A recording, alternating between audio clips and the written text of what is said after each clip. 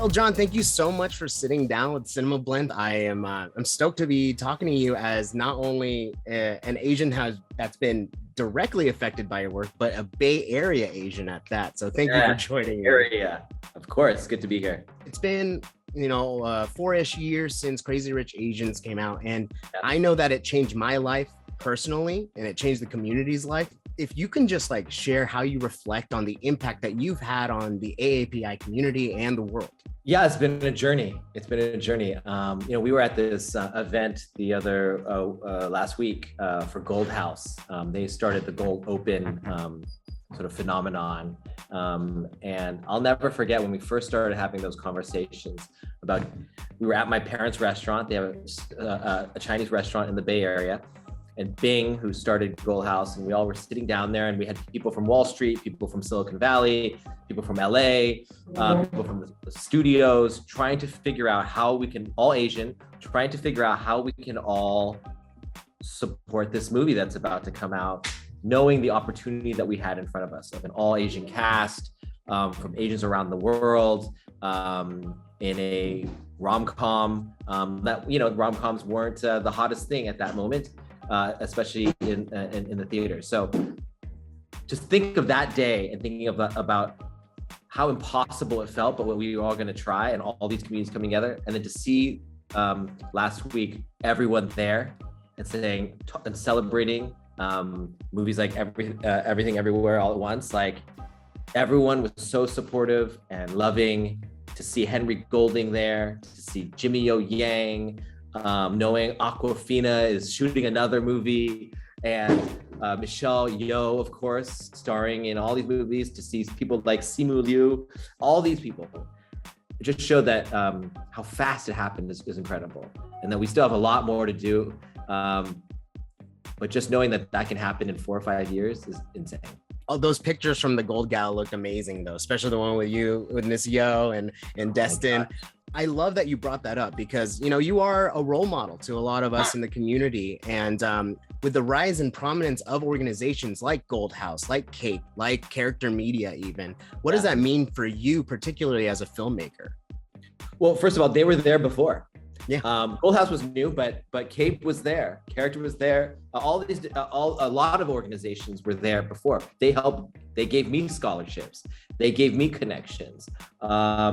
Even Project Involve gave me mentors and people to see. And so I'm a product of those organizations.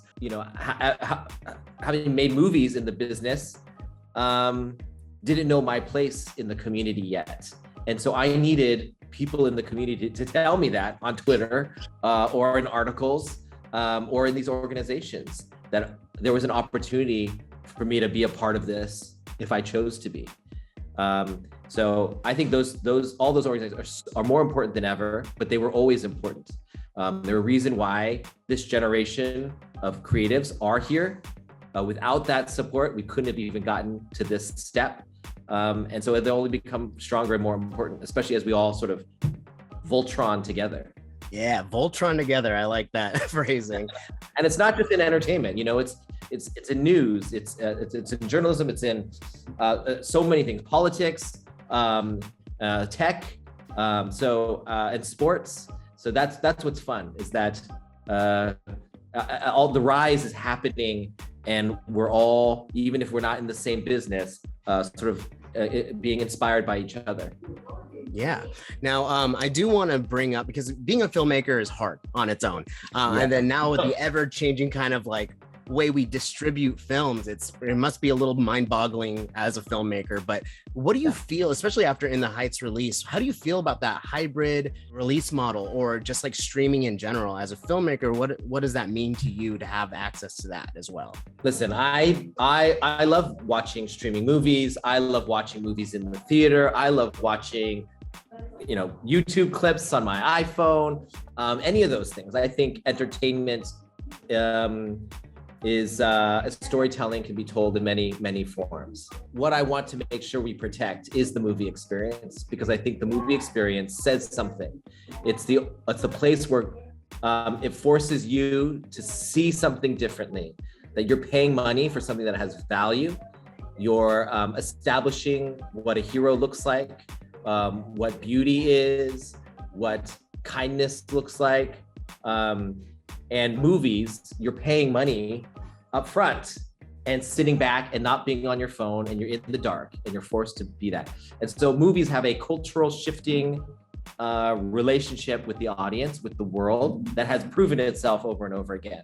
I get that the landscape is changing, and I love that more people are getting opportunities to tell stories in different ways with streaming. But I do think protecting some space between a theatrical experience and saying, you got to see Spider-Man, you got to see Top Gun, you got to see Crazy Rich Asians, because you got to see Shang-Chi, because it's worth your money and your time.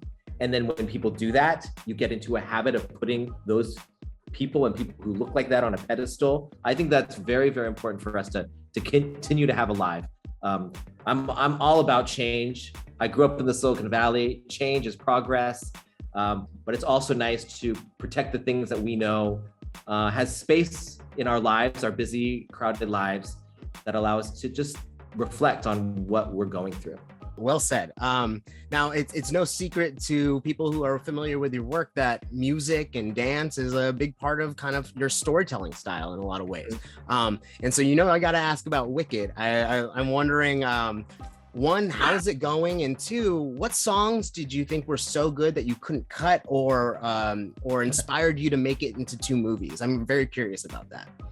Law, I can't tell you all that. That's all coming. But I can tell you that I'm having a blast. I spent the last year getting to know Stephen Schwartz and Winnie Holtzman, who wrote the book.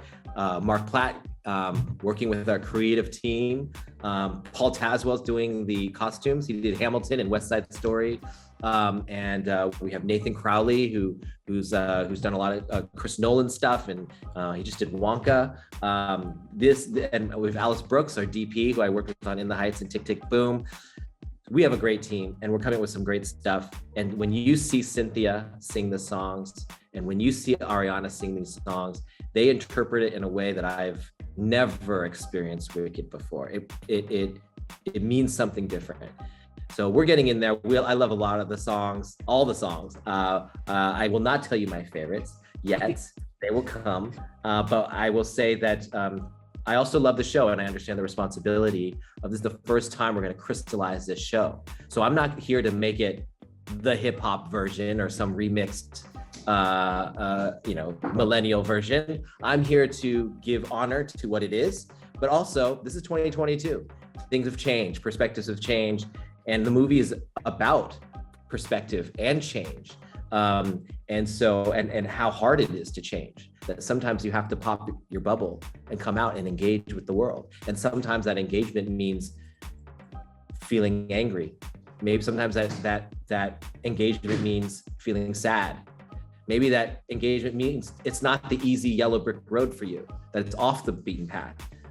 Maybe it's about the wizard's not going to solve all your problems. It's up to us to face each other. And I think those messages are very important today. And I can't wait to express that in something like Wicked. Ooh, that was like listening to you recite poetry just now. A lot of like good analogies. Wait till you see the movie. If you like that. The Willow trailer just dropped yesterday. I know my goodness. Yeah, you were previously attached to it, but I know that you are a big fan of Willow, and I just want to know what your reaction is to seeing that teaser. It looked amazing. I didn't just text John Kasdan. I sent a voice memo, basically screaming, jumping up and down, like, you did it, bro. Like, I'm so happy for the team. I'm so happy. Like, I mean, half that cast, I was there helping to choose that. So I'm so excited for them. Their auditions are great. They're so funny. They're so memorable. People are going to fall in love with them.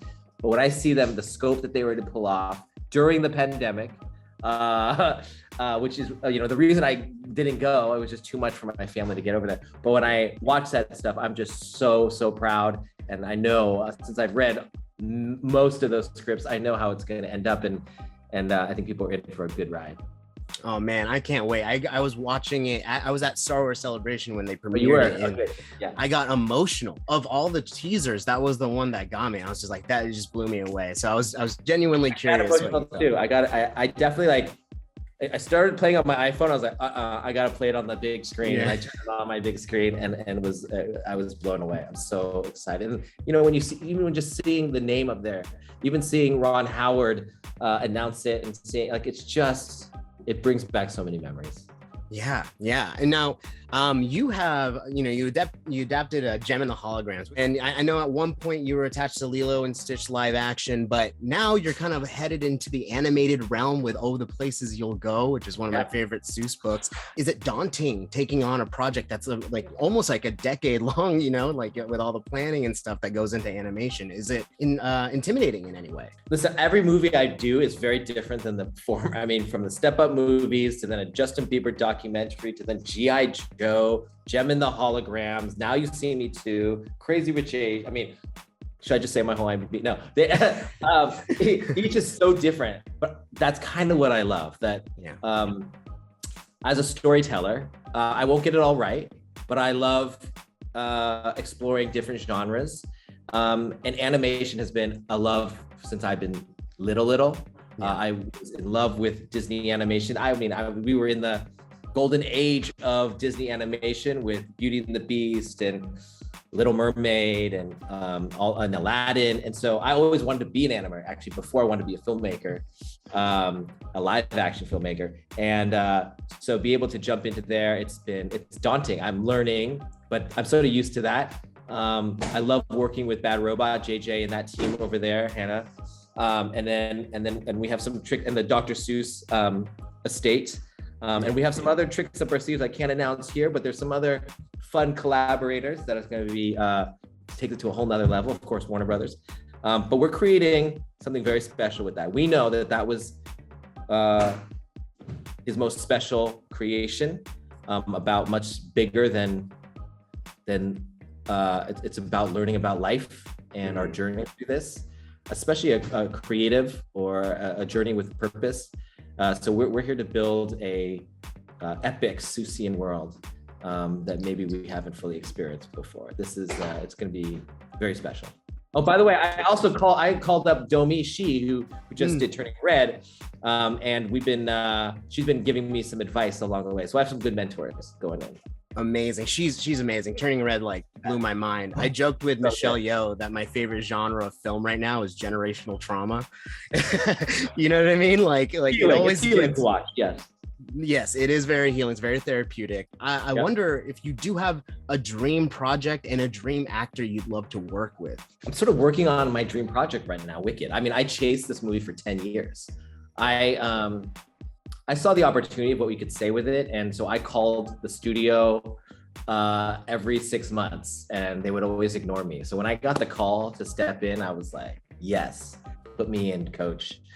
So that's something that I'm really passionate about. And in terms of an actor, I have a lot, but I also when I work with Awkwafina or Michelle or Henry, you're just starting, you've just started to work with them. And I'm like, I want to do more with them. Yeah. Anthony Ramos and Leslie Grace and Corey, I want to do more with them. And so so those are the people that I'm, when you look for projects, I'm like, how do I get back in the ring? Because I know they have so much more to give. And I'm glad that they're all blossoming. I just wish I was part of that too. I want to work with Bruno Mars. I would love to work with Bruno Mars sometime. I know he's awesome. I don't know if he hasn't really stepped into that acting place, but I think he's one of the greatest entertainers of all time. So Bruno, if you're out there, let's get this together, bro. Just to close out this interview, I was wondering if you had any encouraging words for the community that may be not having the best time right now with everything going on. I would say, look around you. We have a strong community that is together, that we can mourn together, we can celebrate together, and we have power together. And so don't get overwhelmed by all the screaming and yelling everywhere. I would say stay focused on what we can all add to this conversation creatively, through your writing, through your reporting, through your creations online, on cinema, whatever, on TV. I think we have to be laser focused and keep this boat moving. So do it now. We need you. We're all here, and you're gonna have a bunch of people on the other side of your project, win or lose, that are gonna be there for you. And thanks for what you're doing. I think it's really important, and it's people like you that keep us in the conversation and keep everything developing and evolving forward. I really appreciate that. Thank you for your time, and I'm so excited for what the future holds for you. I'm stoked. Thanks a lot. See ya.